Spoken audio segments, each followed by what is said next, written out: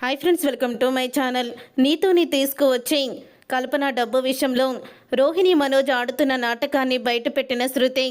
అసలు నీతు ద్వారా కల్పన డబ్బుల విషయం శృతికి ఎలా తెలిసింది, ఏం జరిగింది అనేది ఈ వీడియోలో తెలుసుకుందాం. బాలు మీనా అయితే ఇంటికి వస్తారు. ఇంటికి వచ్చిన తర్వాత అసలు ఏంటండి, రోహిణి చెప్పినట్టే నిజంగానే మన టైం బాగోలేదా, ఇప్పుడు మనకి కష్టాలు తప్పవా అని మళ్ళీ మొదలు పెడుతుంది మీనా. అప్పుడే ఇక మీనా అలా అనడంతో బాలు అయితే ఇవన్నీ కూడా మన మూఢనమ్మకాలే, జరిగేవన్నీ కూడా మన మూఢనమ్మకాలకి సాక్ష్యాలుగా అవుతున్నట్టు మనకు జరిగే పరిస్థితులు కూడా అలాగే ఉన్నాయి, కానీ అదేమీ అయ్యుండదు, ఆ పార్లమ్మ కావాలనే చెప్పుంటుంది, ఇక నువ్వేమీ ఆలోచించుకో అని అంటూ ఉంటాడు.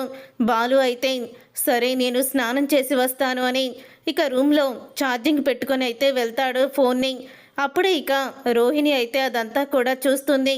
ఇక అది చూసి ఇదే మంచి సమయం, వెళ్ళి వెంటనే ఆ ఫోన్లో వీడియోని నేను ఫార్వర్డ్ చేసుకోవాలి అని బాలు ఫోన్ దగ్గరికి వెళ్ళి ఇక ఫోన్ తీయబోతూ ఉంటే ఇంతలో ఇక మీనా అయితే వస్తూ ఉంటుంది. ఇక మీనా రావడం చూసి వెంటనే మంచం కింద దాక్కుంటుంది రోహిణి. ఇక మంచం కింద దాక్కుని ఉండడంతో అప్పుడే ఇక మీనా అయితే ఇంకా స్నానం చేయడం అవ్వలేదా మీకు, నేను మీకు టీ తీసుకొచ్చాను అని అంటూ ఉంటుంది మీనా. వచ్చేస్తున్నాను మీనా అని అంటూ బాలు అయితే ఇక స్నానం చేసి వచ్చేస్తాడు. అలా వచ్చేసిన తర్వాత అప్పుడే ఇక మీనా అయితే సరే నాకు వంటగదిలో పనుంది, నేను ఇప్పుడే వస్తాను అని మీనా బయటికి వెళ్తుంది. నేనేంటి ఇలా ఇరుక్కుపోయాను, బాలు వచ్చేసాడు, నేను ఇప్పుడు బయటికి వెళ్ళిపోవాలి అని అనుకుంటూ ఉంటుంది రోహిణి. ఫోన్లో వీడియో తర్వాత తీస్తాను, ఇప్పుడు మాత్రం బయటికి వెళ్ళిపోవాల్సిందని బయటికి వెళ్ళబోదామని ఇక గుమ్మం దగ్గరికి చూసేసరికి అక్కడ ప్రభావతి అయితే ఉంటుంది. వామ్మో ఇదేంటి, ముందు చూస్తే నుయ్యి వెనక చూస్తే గొయ్యి అన్నట్టు అయిపోయింది నా పరిస్థితి, ఇప్పుడు ఏం చెయ్యాలని ఆలోచిస్తూ ఉంటుంది. తర్వాత ఇక బాలు అయితే బయటికి వస్తాడు. బాలు బయటికి వచ్చిన తర్వాత అప్పుడే ఇక రోహిణి అయితే బాలు ఫోన్లో ఉన్న వీడియోని తీస్తుంది. బాలు ఫోన్లో ఉన్న వీడియోని తన ఫోన్కి ఫార్వర్డ్ చేసుకుంటుంది. అలా చేసుకున్న తర్వాత చాటుగా వెళ్ళి ఇక ఆ వీడియోని అయితే చూస్తూ ఉంటుంది. ఇక ఆ వీడియోని చూసి మీనా ఈ రోజుతో నువ్వు అయిపోయావు, ఇప్పుడు అత్తయ్య చేతిలో నువ్వు నీ పుట్టిల్లు మొత్తం కూడా అందరూ కూడా బాధపడే రోజు వచ్చేసింది, చూస్తూ ఉండు అని అంటూ ఉంటుంది రోహిణి. అప్పుడే ఇక రోహిణి అయితే వెంటనే తన ఫ్రెండ్ విద్యాకి ఫోన్ చేసి వీడియో దొరికింది, ఇప్పుడు ఈ వీడియోని నేను అందరి ముందు బయట పెట్టబోతున్నాను అని అంటూ ఉంటుంది రోహిణి. అప్పుడే ఎందుకే ఇప్పుడు ఆ వీడియోని మీ అత్తయ్యకి చూపిస్తే పాపం మీనాని అనరాని మాటలు అంటుంది, వాళ్ళ అమ్మ వాళ్ళని కూడా అంటుంది అని అంటూ ఉంటుంది విద్య. అప్పుడే ఇక విద్య అన్న మాటలకి పాపం ఏంటే పాపం, ఆ బాలు మమ్మల్ని ఎంతంత మాటలు అంటున్నాడు అని అనగానే రోహిణి ఎన్నోసార్లు నువ్వు మీనా బాలు నుంచి తప్పించుకున్నావు, మీనా బాలు ఇద్దరు కూడా నీ కొడుకు హాస్పిటల్లో ఉన్నప్పుడు వాళ్ళు ఎంతలా చూసుకున్నారో అలాగే ఇంటికి తీసుకొచ్చి కూడా మీనా కన్న కొడుకులాగా నీ కొడుకుని చూసుకుంది. మీరు నీకు తెలియకుండానే మీ అమ్మకి నీ కొడుక్కి ఎంతో సహాయం చేశారు, చివరికి నీ కొడుకుని దత్తత చేసుకొని అమ్మా నాన్న కూడా అవ్వాలనుకున్నారు, కనీసం వాళ్ళ మీద దయ్యలేదా, ఏదో డబ్బుల కోసం ఆ గుణాగాడితో చేతులు కలిపి ఇలా చేస్తున్నాం, కానీ మనం చేసేది చాలా తప్పు, మనం తప్పులు చేస్తూనే ఎదుటి వాళ్ళని తప్పుల్ని వేలెత్తి చూపిస్తే చివరికి మనకి అదే పరిస్థితి వస్తుంది అని విద్య అయితే అంటూ ఉంటుంది. ఏంటి ఇలా మాట్లాడుతున్నావేంటి నువ్వు, ఇప్పటి వరకు వాళ్ళు గుట్టు బయట పెట్టాలంటే ఏమీ మాట్లాడలేదు, సడన్గా నీకు ఇవన్నీ గుర్తుకొస్తున్నాయేంటి, చూడు నాకు వచ్చే సమస్యలు ఎలాగ సరిదిద్దుకోవాలో నాకు బాగా తెలుసు, నా గురించి బయట పెడితే అప్పుడు ఎలా తప్పించుకోవాలో కూడా నాకు బాగా తెలుసు, ఇప్పుడు మాత్రం ఆ మీనాని బాలుని వదిలిపెట్టను, ఎందుకంటే వాళ్ళు ఇక మా అమ్మ జోలికి కానీ చింటూ జోలికి కానీ రాకుండా వాళ్ళని దెబ్బ కొట్టాలి అని అంటూ ఉంటుంది రోహిణి. అయితే ఏమోనే నీ ఇష్టం వచ్చినట్టు చేసుకో, ఇంకా నేనేమి చెయ్యలేను అని విద్య అయితే అంటుంది. తర్వాత ఇక ప్రభావతి దగ్గరికి అయితే వెళ్తుంది రోహిణి.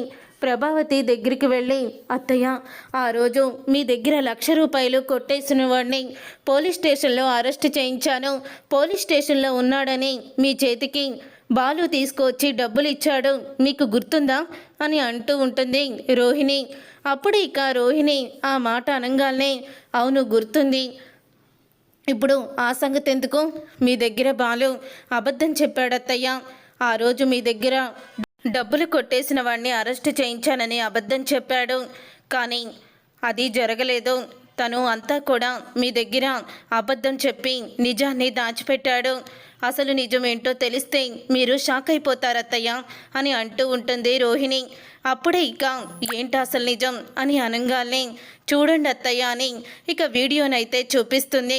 ఇక ఆ వీడియోని చూసి ఒక్కసారే షాక్ అయిపోతూ ఉంటుంది ప్రభావతి. అయితే ఏంటి రోహిణి, నా దగ్గర డబ్బులు కొట్టేసింది ఆ మీనా తమ్ముడు శివానా అని అనగానే అవునత్తయ్య, ఆ మీనా తమ్ముడు శివాని మీ దగ్గర డబ్బులు కొట్టేసింది అని అంటూ నిజాన్ని బయట పెడుతుంది.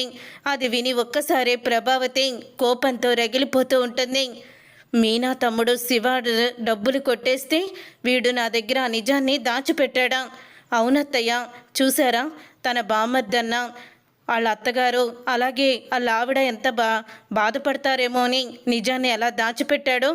అదే ఏ మనోజ అయితే అసలు ఊరుకుంటాడా, ఇల్లు పీకి పందిరి వేసాడు అని అంటూ ఉంటుంది రోహిణి. అవును రోహిణి, నువ్వు చెప్పింది కూడా కరెక్టే అని ప్రభావతి అయితే రాణి వాడు సంగతి తేలుస్తాను, పెళ్ళాంతో కలిసి పూలు అమ్మడానికి పోయాడు కదా అని అంటూ ఉంటుంది ప్రభావతి. ఇదంతా ఇలా జరుగుతూ ఉండగానే ఇక రవికైతే నీతు ఫోన్ చేస్తుంది. నీతు ఫోన్ చేయడంతో రవి శృతి ఇద్దరు షాపింగ్లో అయితే ఉంటారు. అప్పుడే ఇక నీతుతో రవి అయితే నేను నా వైఫ్తో షాపింగ్కి వచ్చాను, మీకు నేను తర్వాత కాల్ చేస్తాను అని ఫోను పెట్టేయబోతూ ఉంటాడు. ఫోన్ పెట్టేయకు, షాపింగ్కి వచ్చావా, ఎక్కడున్నావు అని అడుగుతూ ఉంటుంది. అప్పుడే పలానా చోటునున్నానని చెప్పి అంటూ ఉంటాడు. ఇక అలా అంటూ ఉంటే అప్పుడే ఇంకా నేను అక్కడే ఉన్నాను వస్తున్నాను అని వాళ్ళ దగ్గరికి అయితే వస్తుంది. ఇదేంటిది బంకమట్టిలాగా మమ్మల్ని వదలడం లేదో, మమ్మల్ని ఫ్రీగా షాపింగ్ కూడా చేసుకొనివదా అని అనుకుంటూ ఉంటుంది శృతి అయితే. అప్పుడే శృతి అలా అన్న తర్వాత అనుకుంటూ ఉండగా ఇక రవితో చనువుగా మాట్లాడుతూ ఉంటుంది నీతు అయితే. ఇక శృతి అయితే అమెరికాలో మీరు చదువుకునేవాళ్ళ అని అడుగుతూ ఉంటుంది శృతి. అవును, నేను హోటల్ మేనేజ్మెంట్ కోర్సు చేశాను అని అంటూ ఉంటే అవునా, ఏ కాలేజీ, అక్కడ మీ ఫ్రెండ్స్ ఎవరున్నారు, ఫ్రెండ్స్తో దిగిన ఫోటోలు ఏమన్నా ఉన్నాయా, చూపించు అని అంటూ శృతి అయితే ఇక రవితో తను చనువుగా మాట్లాడకుండా తనైతే ఇక ఫోటోలు అవి చూపించమని మాట్లాడుతూ ఉంటుంది. అప్పుడే ఇక నీతు అయితే ఫోటోలన్నీ కూడా చూపిస్తూ ఉంటుంది. ఆ ఫోటోలు చూస్తూ ఉండగా కల్పనతో నీతు దిగిన ఫోటో అయితే కనపడుతుంది రవికి. ఇక ఆ ఫోటోని చూసి రవి అయితే షాక్ అయిపోతూ ఉంటాడు. అప్పుడే ఇక నీతితో ఈ అమ్మాయి అని అనగానే ఈ అమ్మాయి పేరు కల్పన, తను ఇక్కడ అమ్మాయి, అక్కడికి వచ్చి కంపెనీ పెట్టుకుంది, చాలా ఒంటరి పోరాటం చేస్తుంది, అయినా సింగిల్ లేడీ అయ్యుండి తను అంత డబ్బు సంపాదిస్తుందో తెలుసా అని అంటూ ఉంటుంది. నీతు అయితే సింగిల్ లేడీ అయ్యుండి తను ఎంతో డబ్బులు సంపాదిస్తుందా, అవి కష్టపడి సంపాదించిన డబ్బులు కాదు నీతో, అవి కొట్టేసిన డబ్బులు అని అంటూ ఉంటే ఏంటి కొట్టేసిన డబ్బులా అని అనగానే అవును, మా అన్నయ్యని ప్రేమించినట్టు నటించి మా నాన్న రిటైర్మెంట్ డబ్బులు అకౌంట్లో పడంగానే మా అన్నయ్యని మోసం చేసి ఆ డబ్బులతో తను కెనడా పారిపోయింది, మొత్తం 40 లక్షలు కొట్టేసింది మా అన్నయ్య దగ్గర అని అంటూ ఉంటే అప్పుడే ఇక నీతు అయితే అప్పుడే అంటూ ఉంటుంది లేదు కల్పన అలా ఎవరిని మోసం చేయదు అని అనగానే ఫోన్ చేసి మాట్లాడు అని అంటూ ఉంటాడు రవి. అప్పుడే స్పీకర్ పైకి ఆన్ చేసి కల్పనకి ఫోన్ చేస్తుంది. నీతు అయితే ఏం చేస్తున్నావు కల్పన అని అంటూ ఉంటే ఏం చేస్తాను, పడుకున్నాను, ఈ టైంలో ఫోన్ చేసావేంటి అని అంటూ ఉంటుంది.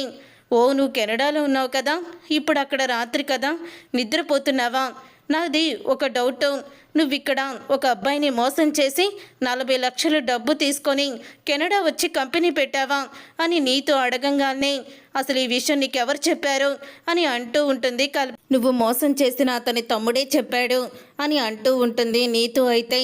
అప్పుడే కల్పన నేను మోసం చేసిన అతని తమ్ముడు చెప్పాడా, నేను మోసం చేసి డబ్బులు తీసుకొని కెనడా వచ్చి కంపెనీ పెట్టిన మాట నిజమే.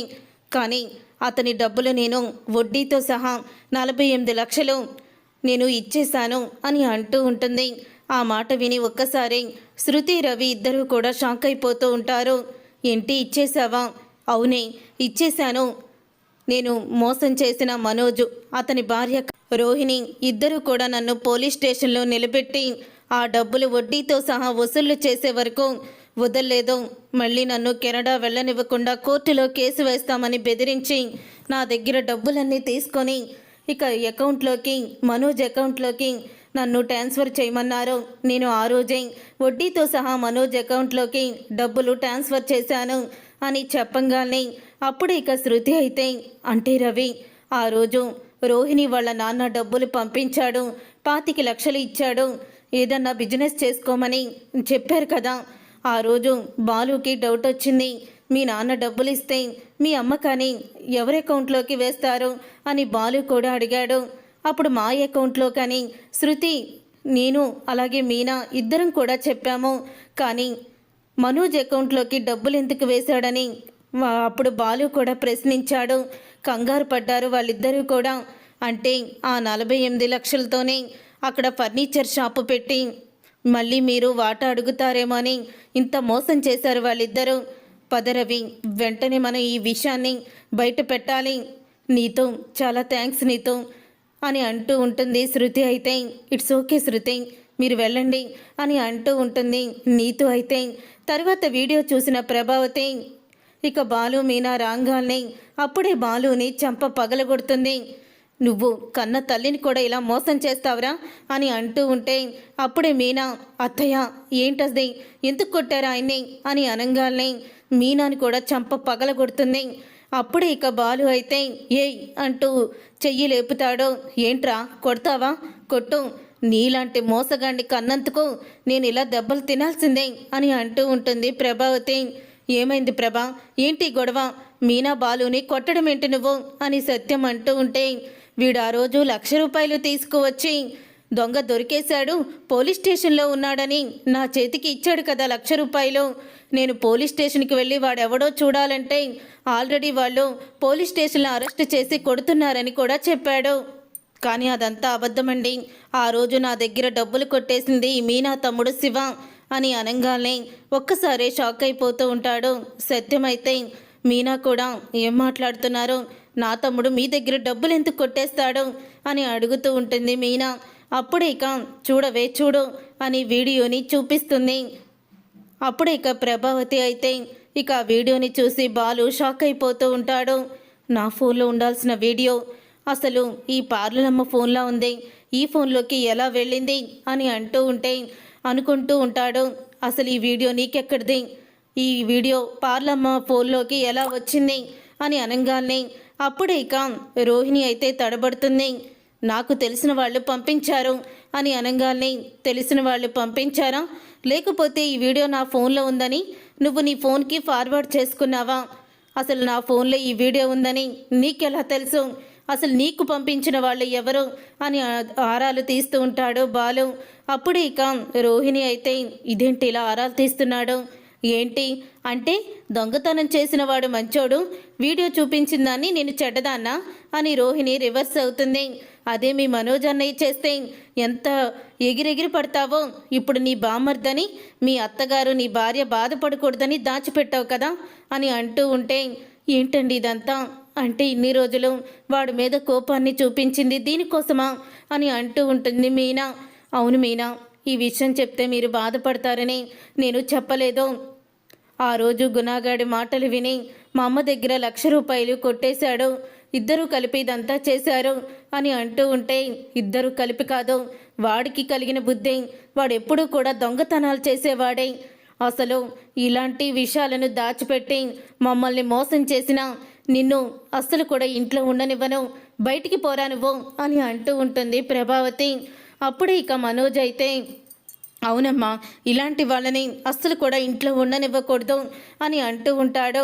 అయితే ఇంట్లో నుంచి మొదట వెళ్ళిపోవాల్సింది మీరే అని అంటూ ఉంటుంది శృతి. అయితే అప్పుడే రోహిణి, మేమెందుకు ఇంట్లో నుంచి వెళ్ళిపోవాలి, అని అంటూ ఉంటే మీ నాన్న జైల్లో ఉన్న మీ నాన్న డబ్బులు ఇచ్చాడని చెప్పి కల్పన దగ్గర మనోజు దగ్గర నుంచి కొట్టేసిన ఆ డబ్బులు మొత్తం కూడా వసూళ్లు చేసి మీ నాన్న పంపించాడని నాటకం ఆడారు కదా మీ ఇద్దరు కూడా, అందుకని మీరిద్దరూ బయటికి వెళ్ళిపోవాలి అని శృతి అంటుంది. ఆ మాట విని ఒక్కసారి మనోజు అలాగే రోహిణి షాక్ అయిపోతూ ఉంటారు. ఏంటి నువ్వు మాట్లాడేది? కల్పన మాకు డబ్బులు ఇవ్వడమేంటి? మీకెవరు చెప్పారు ఇదంతా అని అంటూ రోహిణి అయితే నిజంగానే జైల్లో ఉన్న మా నాన్నే పంపించాడు అని అనగానే రోహిణి చంప పగలగొడుతుంది శృతి. నోర్ముయ్, అబద్ధం చెప్పడానికి సిగ్గులేదా నీకు? పైగా బాలు మీనాని అత్తయ్య దగ్గర ఇరికించేసి ఏమీ తప్పు చేయిందాలాగా నిలబడ్డావు నువ్వు. అసలు మీ నాన్న అంటూ ఉన్నాడా? నువ్వు అసలు కోటీశ్వరరాలువేనా? కల్పన ఇచ్చిన డబ్బుల్ని కొట్టేసి మరీ మీ ఆయన చేత బిజినెస్ పెట్టించావే, నాకు తెలిసి నువ్వు కోటీశ్వర్లాగా నాకు కనిపించడం లేదు అని అంటూ ఉంటుంది.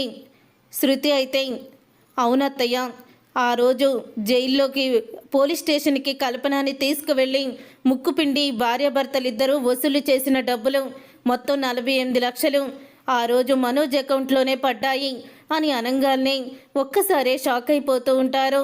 అప్పుడే ఇక ప్రభావతి అయితే అడుగుతూ ఉంటుంది మనోజ్ని, ఏరా వీళ్ళు చెప్పేది నిజమేనా అని అంటూ ఉంటే అప్పుడే ఇక అది అమ్మా అని అనగానే చెప్పరా వీళ్ళు చెప్పేది నిజమేనా?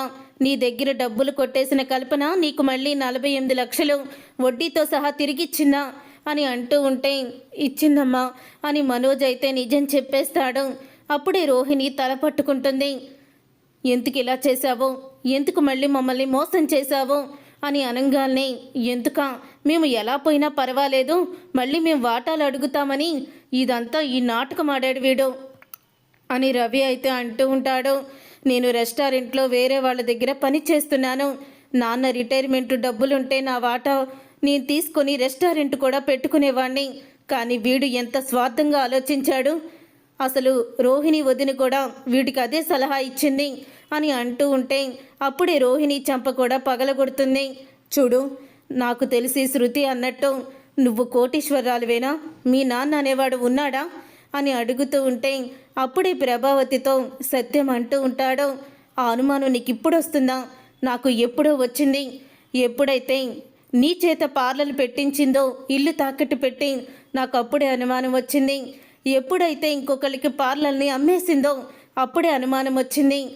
ఎప్పుడైతే వాళ్ళ నాన్న జైల్లో ఉండి కూడా 25 లక్షలు 5 లక్షలు పంపించాడని చెప్పిందో అప్పుడే అనుమానం వచ్చింది. కానీ నీకేమీ తెలియదు కదా, నీకు డబ్బుంటే చాలు, డబ్బు పేరు వినపడితే చాలు, వాళ్ళు నీకు ఎంతో గొప్పవాళ్ళ కనపడతారు అని అంటూ ఉంటాడు సత్యం. రేపటిలోగా 48 లక్షలు ఈ టేబుల్ మీద ఉండాలి, లేకపోతే నేనేం చేస్తానో నాకే తెలీదు. కొడుకు అని కూడా చూడకుండా నిన్ను నీ భార్యని అరెస్ట్ చేయిస్తాను అని సత్యం అయితే ఊహించని నిర్ణయం తీసుకుంటాడు. చూసారుగా ఫ్రెండ్స్, రాబోయే కథలో ఖచ్చితంగా ఇలాగే జరగబోతుంది. మరి ఇలాగే జరగాలని మీరైతే కోరుకుంటున్నారా? అయితే వీడియోని తప్పకుండా లైక్ చేసి ఛానల్ని సబ్స్క్రైబ్ చేసుకొని పక్కనే ఉన్న గంట సింబల్పై ఆల్ అని క్లిక్ చేయండి. అప్పుడే మేము పెట్టే ప్రతి వీడియో మీరు మిస్ కాకుండా చూసేవచ్చు.